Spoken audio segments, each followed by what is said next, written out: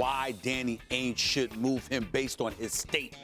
What is it about his statement that makes you say Danny Ainge should move him? He is thinking about redemption, not re-signing.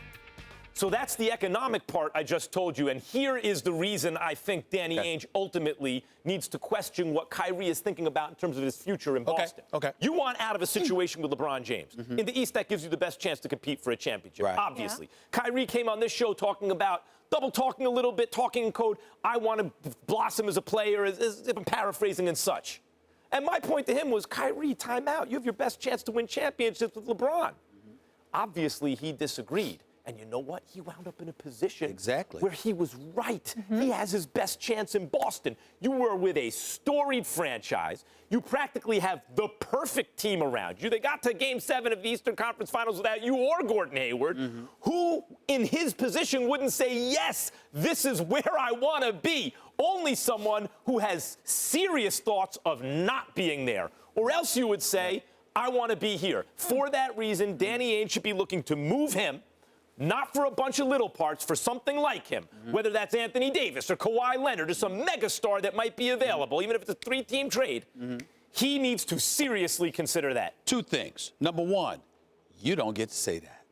See, first, what you need to do is step back and pay homage to Kyrie Irving and essentially apologize on national television. When that man sat up there and said he wanted out, you went off. When he went to Boston, you said congratulations because you ain't going to beat LeBron. You'll never beat him. You got no business departing. It gives you the best chance. And then the man went to Boston and bowled out. And I think we all can at least come to the conclusion that if Kyrie Irving had been healthy, LeBron might not have made it to his 8th straight finals. I mean, listen, no, they went LeBron to a Game 7. Would not have made it to his 8th straight but even worse for you in terms of your point.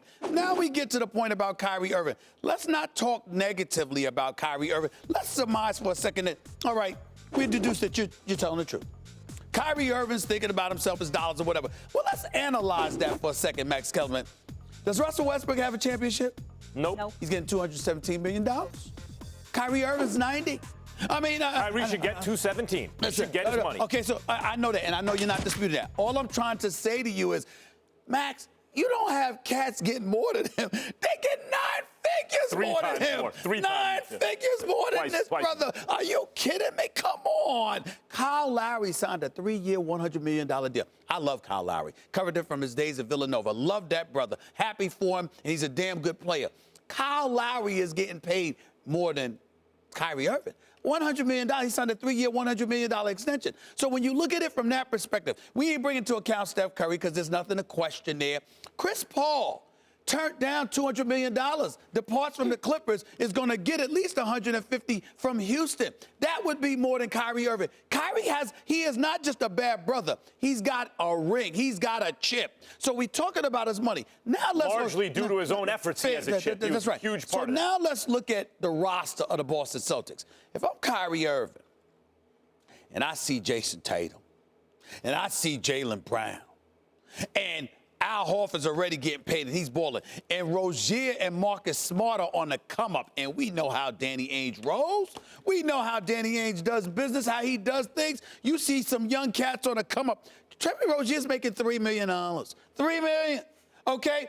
Marcus Smart is sitting up there talking about, I think I'm worth at least $14 million a year. And I would support him because of what he does on the defensive end of the floor. Their Game 7 performance notwithstanding, both those brothers could play. I'm proud of them. What I'm saying to you is this.